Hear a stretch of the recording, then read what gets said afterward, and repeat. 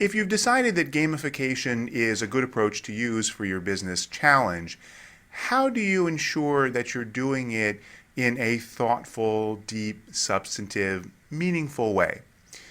The best way I can think of to illustrate this is to give you a detailed example of a service that uses all of the standard PBL type game elements but pulls them together in a coherent and consistent way to address some of the deeper aspects of game design and psychology and ultimately meaning. The site is called Stack Overflow. It's part of a larger group of sites now called Stack Exchange. And I'm going to intersperse screenshots of the site with some quotes from Jeff Atwood, who's one of the founders of the site, from a blog post that he put out trying to explain how and why he and his co-founder made design decisions to implement gamification. Now, an important point he makes is that when the site was set up, he had no idea what gamification was.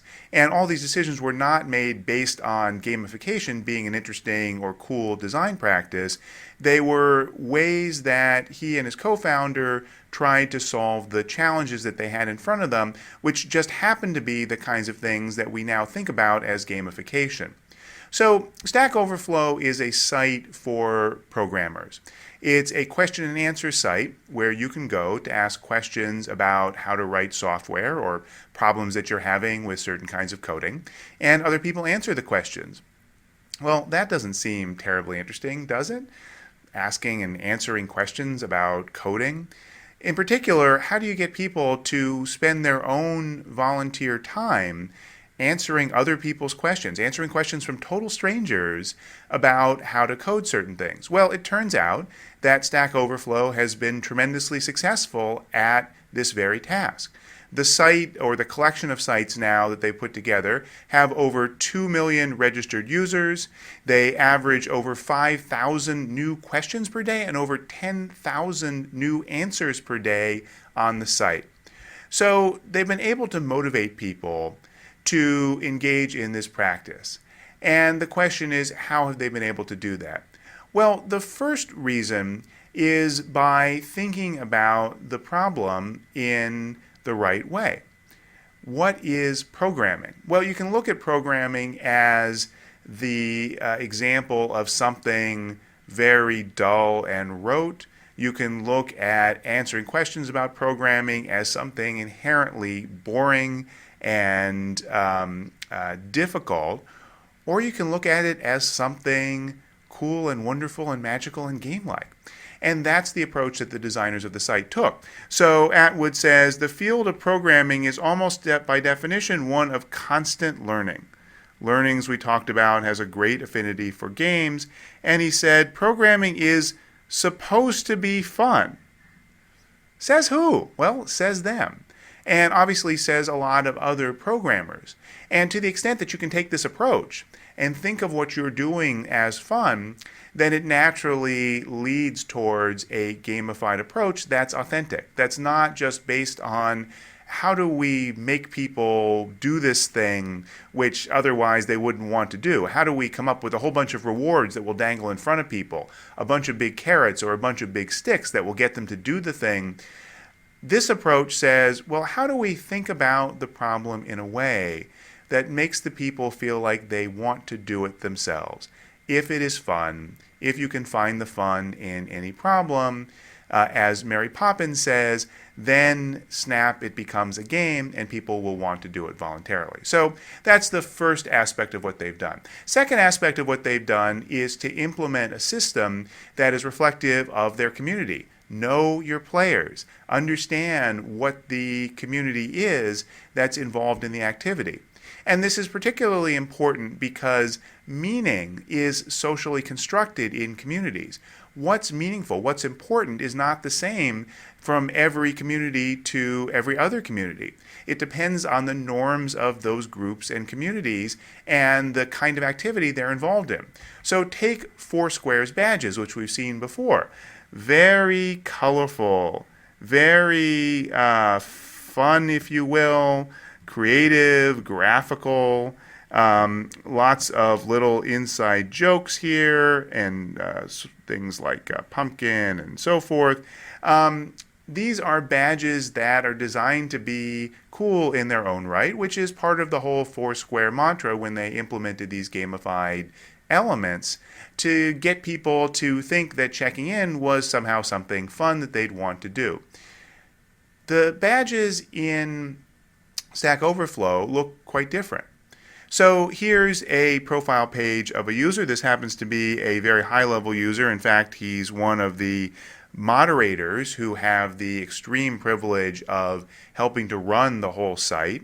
He's got 88,000 reputation points, which is an awful lot.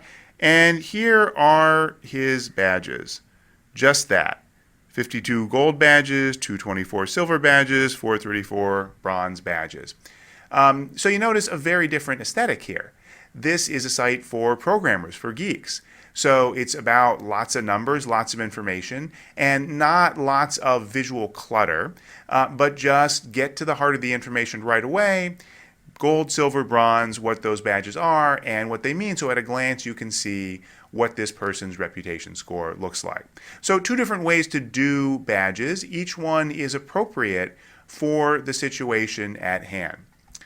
So this is an example of a Stack Overflow set of questions and answers. There was a question above, and here's an answer from someone talking about how to do something.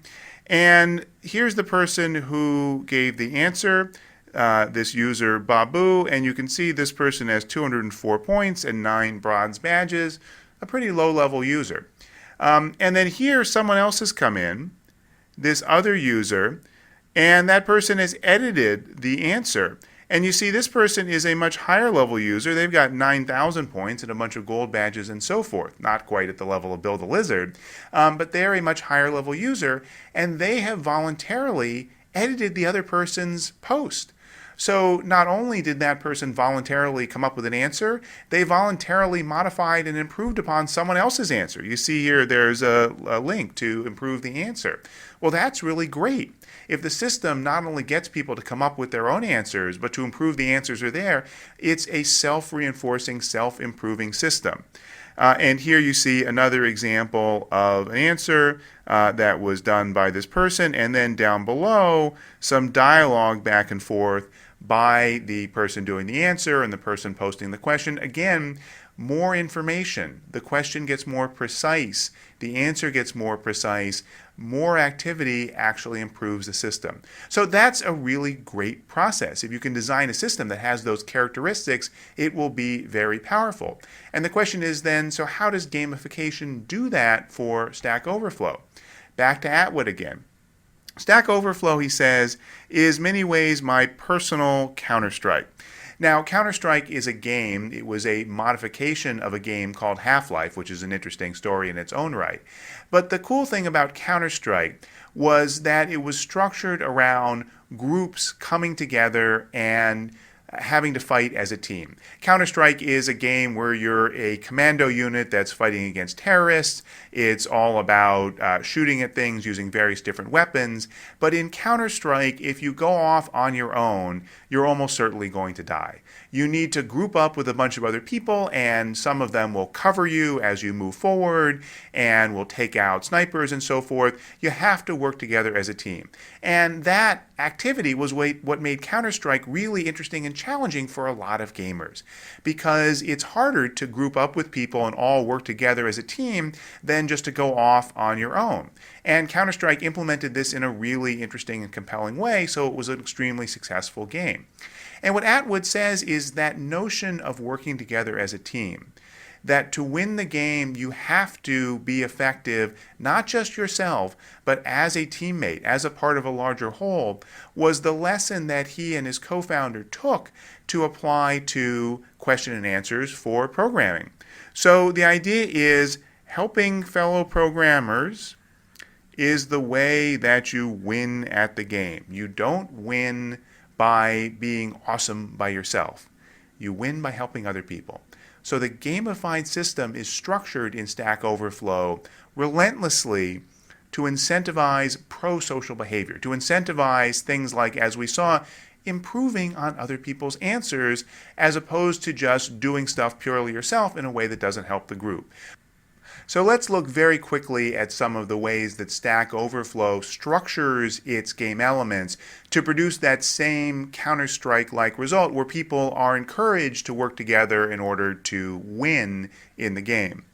The first is that the points in the system are actually called reputation, and the primary way you get points is when your fellow users vote up your questions and answers.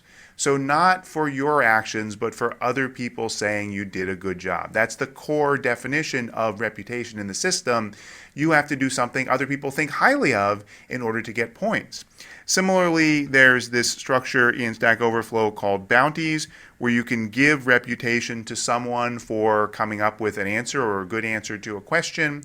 That creates this notion of exchange and gifting, which is another very powerful pro-social norm that gets activated by this game mechanic. So all of these game mechanics around the point system are structured to reward not individual achievement, but things that serve the collective good. And Atwood talks about this as encouraging groups to do what's best for the world rather than their own specific selfish needs. Here he alludes to a wonderful article by Clay Shirky called A Group is Its Own Worst Enemy, where Shirky points out that there's this real problem online, that we have really easy group formation. You can form a group for anything online, but the group tends to fall apart because the group may have some set of goals. There may be some set of things that we can agree is in the group's interest, but all the people who participate in the group aren't the group, they're individuals. And so they pull in their own direction, and the group, as it grows, tends to fall apart and disintegrate because it doesn't have hierarchy and structure. The lack of hierarchy and structure is what's great about online activities and online groups, but they cause attention. And Atwood's claim here is that game elements in Stack Overflow are what pull against that natural tendencies of groups to collapse into selfish interests. So, for example, the reputation gives you certain powers, but they are not just powers to go off onto different parts of the site and lord over people. They are powers that give you abilities to be essentially a moderator of the site, to engage in more of this beneficial behavior on the site. And that's cool, that's something you get with reputation, but it's also something that helps others. Similarly, Stack Overflow has a badge system, but again, it's not the Foursquare type of badge system where the badges are about showing off your big cabinet with all of your cool badges in them. The badges are about doing things. Some of them are just things that are good for the site. Visit every section of the FAQ, but some of them are about things that are good for others. Edit 100 posts that have been inactive. That's not really one, but here, vote 300 times, leave 10 comments, and so forth, all social behavior. And this is especially true of the gold badges, the really cool badges that people are going to want. There you have to do things like edit 500 posts. Remember, editing a post is the thing that's most beneficial in terms of improving the quality of the site collectively, but the thing that people are least likely to do on their own, so use a badge to encourage people to do it. Similarly, great answers get you a gold badge, but so do great questions, and so do questions that are famous that are viewed by lots of people. So all of these are different ways of incentivizing the very things that are in the interest of the site, in the interest of the group, as opposed to just incentivizing the things that make people feel individually cool. And Atwood ultimately talks about this as the game elements being in service of a higher purpose. He said it ultimately helps him become more knowledgeable and a better communicator while improving the very fabric of the web for everyone. Now, not every gamified site can credibly claim to improve the fabric of the web for everyone. If it's purely a marketing site that's trying to get more customers engaged, it's hard to see this as something that is fundamentally making the internet a better place. It's not necessarily in conflict with it. But as long as you can push in that direction, try to find things that are meaningful and fun for people, but also try to find ways to have the gamification elements push towards cooperation, collaboration, and larger good, larger purpose, that notion of relatedness in self-determination theory, the more likely it is that the gamified site will be deep and significant and enduring.